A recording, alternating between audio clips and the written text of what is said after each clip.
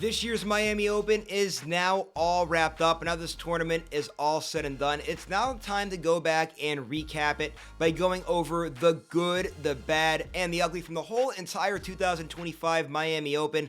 Let's get started, as we always do, with your good, and we begin it with your champion, Aryna Sabalenka, the world #1, getting her first big signature win here in 2025, and playing very well overall here this year. And guys, two back-to-back good tournaments from her. She finished runner-up at Indian Wells. Now this year's Miami tournament gets the win and played so damn well from start to finish.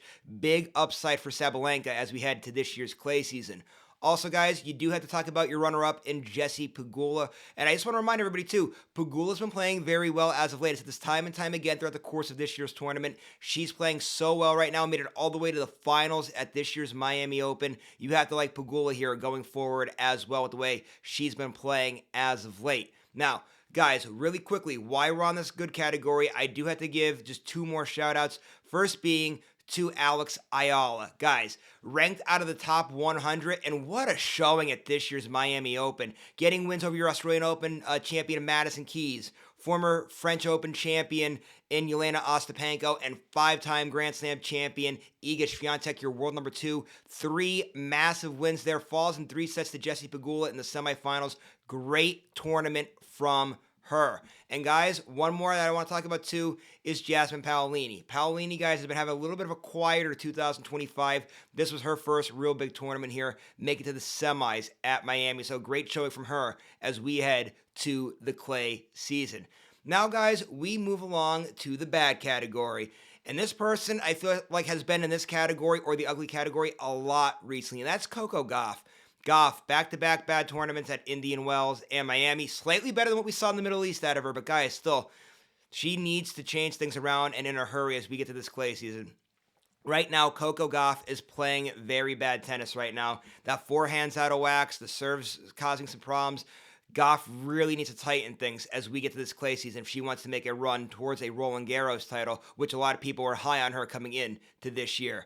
And then, guys, I do also want to mention Mirra Andreeva. I don't know if you're supposed to put her in this category or not because, guys, listen, I get it. She didn't get the Sunshine Double, fell a little early in this tournament, but she did lose to Amanda Anisimova, who also won a WTA 1000 event this year. That was a tough matchup early on. Andreeva playing a lot of matches in a row. So if you want to put her in this category, feel free to do so. I have a little bit of a hard time doing so, but still, just thought I'd bring it up as an honorable mention here.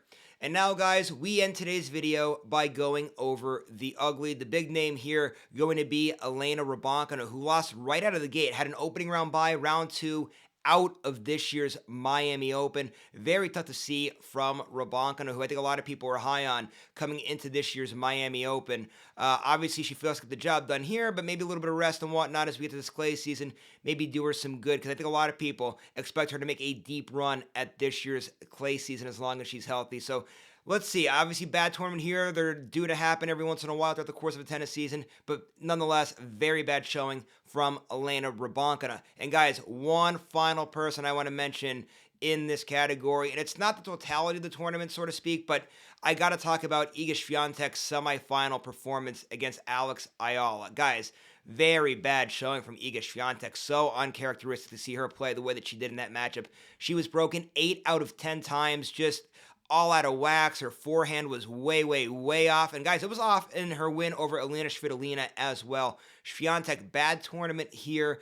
She's played well overall in 2025, but she might have to tighten some things up as we get to this clay season. She might be vulnerable on clay if she's been playing the way that she did at this year's Miami Open. So that was your good, the bad, and the ugly from this year's Miami Open. I hope you guys enjoyed today's video. Make sure you guys like this video, subscribe to this YouTube channel. I'll have continued coverage of the 2025 tennis season right here.